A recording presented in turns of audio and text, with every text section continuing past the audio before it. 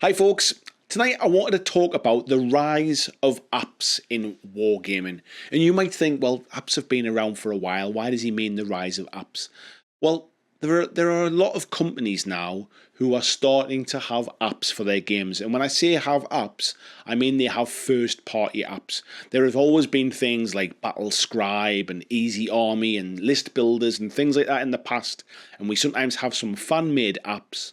But more and more, the gaming companies are starting to have their own dedicated apps for their games. Of course, Warhammer has their own Warhammer Plus app, where you can do list building and other bits and pieces. You can have your codexes in there. We have Malifaux, which has an absolutely fantastic free app. Not like the paid for one from GW. They have a free app, and in their app you can do list building. It shows you all of the stats for all of the models that are available, so you can have a look at stuff before you decide whether you want to buy things or not. It also has links to the entire rules for the game. It has all of the different scenarios that you can play in the latest what they call the Gaining Grounds, which is their like organized play pack that comes out every year.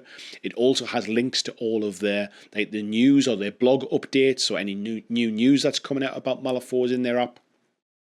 And it also has links to their Breachside broadcast, which is like an audio narration stories, which I listen to them all. I think they're absolutely fantastic. So as you can tell, I'm a little bit biased about this one. You then have games like Infinity, which has had an app for quite some time now, and it has all of the list building stuff in there as well for Infinity. And again, that is a free app. We have X-Wing, which has the app in there as well, and has all of the different ships and all of the different upgrades and things that are in there, which allows you to do your list building. So that more and more there are games that have these apps. The latest one, before I come on to the latest one, War Machine has always had what they call, is it called War Room? I think it is. They've always had an app for quite some time, but there's a new version just released. I believe it's free. And if you want to pay for the lore and the background to have all of the stories and stuff, you can do. But I believe the components that you need to play the game are free, and you can actually, theirs is quite a clever one in terms of the fact that you can link with your opponent's app as well and share your army lists. So like if I'm playing against you, I have my app open, you have your app open, we can link the apps and see what each other's lists are, which I think is quite impressive. And I think you can also mark off your wounds through the app as well. And Mantic as well have just recently announced that they have a companion app, which is essentially going to be like a company-wide type thing. It will cover all of their different games. It will have things like list builders. It will have all of the rules in for their games, which will have some references. There's an element of this which will be free, and there's an element of this which will be a paid kind of subscription model. I'm not as keen on the fact that it's a subscription model. I personally think if we're trying to get people to play games that, I say bigger companies in inverted commas, but if Malifaux with Weird Miniatures, and if Infinity, and if Privateer Press, and all of those companies can all do free apps to get people kind of playing, I'm always a little bit wary about things like paid for apps for that kind of stuff. But I'm sure for some people there's tournament organising type stuff in the Mantic one as well. I'm sure for some people it's probably worth the money. For me personally, for the amount of games I play, it's probably not worth me paying for the stuff. But there are more and more apps coming now, and they are less and less just about list builders. They have other stuff in them. And I kind of have a bit of a love-hate relationship when it comes to apps. I'm not a big fan of reading rules on digital devices.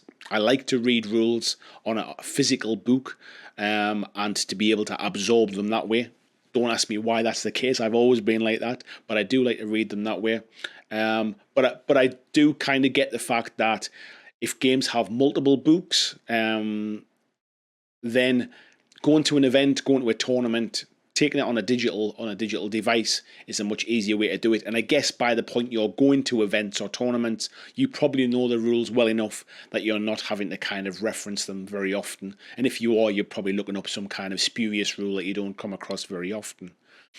But it does kind of, is concern the right word? I'm not sure if concern's the right word, but it kind of concerns me how much we are now having more and more of these digital apps coming into games, and some of the things that are in them, I'm not necessarily a big fan of. When we're starting to track wounds and track damage, and when games don't have, or games that, let's say games that used to have kind of cards where you would track damage, so things like War Machine, for example, which don't have them now, and you're tracking damage in an app, that for me feels like it's very easy to make mistakes with that kind of stuff. It's not easy to see your opponent's cards anymore because they're inside a digital format. I know I was saying before about how it shares the kind of the information backwards and forwards, but it's lots of kind of like swiping backwards and forwards rather than a very quick visual check of kind of things. I'm not overly keen on that kind of stuff. Mantic have got something that's coming in their new companion app called Math Hammer, which allows you to kind of look at the probabilities of what a unit will do damage-wise, let's say, to another unit. So, for example, there's a 40% chance if you're rolling a 4+ or throw against a certain unit, there's a 40% chance you'll do this much damage. There's a 50% chance you'll do this much damage. That kind of stuff for me is, whilst I know anybody can work that kind of stuff out, most people generally don't. I guess top level players kind of do. I think as soon as that becomes available information to everybody, it then becomes almost the default information, and people start min-maxing their lists. They start choosing their lists purely by the most efficient. Like, one of the stats that's in that app is like probability of damage per point of the model or something like that. So if you've got like a 10 sort of person troop versus a 20 person regiment, it will break down what the kind of the damage per point is for each unit. And that for me almost sucks the fun. And again, it's for me. I know other people will like it, but for me, it sucks the fun out of just playing the game. It drives people into a competitive mindset. It drives people to choose the models that they're going to take based upon their most efficient kind of use of like sort of bang per buck, if you like. And that for me it stops being about the fun kind of thing. So I'm hoping that this new app from Mantic, and because that's going to be available for every one of the games, it doesn't just kind of drive their games down that kind of route. As I said before, this information is available. You can work it out yourself. It's not like it's kind of like all of a sudden it's groundbreaking. It's just that by almost putting it into people's faces, why would you not use that information? And will we just end up with lots and lots of kind of min-maxed lists, which has never really been about the way I kind of play stuff. So I'm always a little bit, like I say, I'm a bit hit and miss when it comes to apps. I think anything that is like an improvement, like what's the phrase I'm looking for? Like it means kind of like an improvement of life kind of situation kind of thing. I don't think that's the right term I'm looking for, but that's what I mean. Basically, if it's anything that's convenient and it just makes things a bit easier, I totally get it.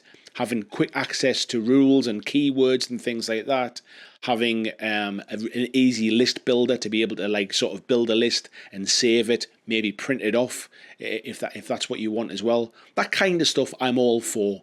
But as soon as you start to sort of track things in app and control the game with the app, for me that starts to become kind of, it starts to take away a little bit from the tabletop experience, if we like.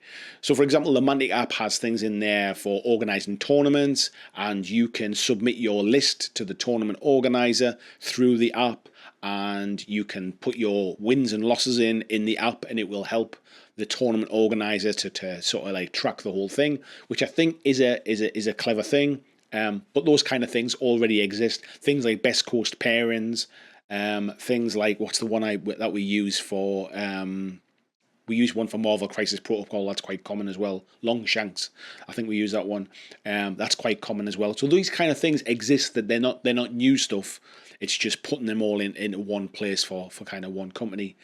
So I want to kind of crowdsource, if you like, the information on this. What do you think about apps in games?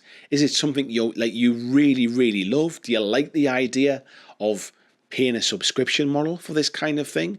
Do you think you get enough out of them where the value is worth the payment, if you like?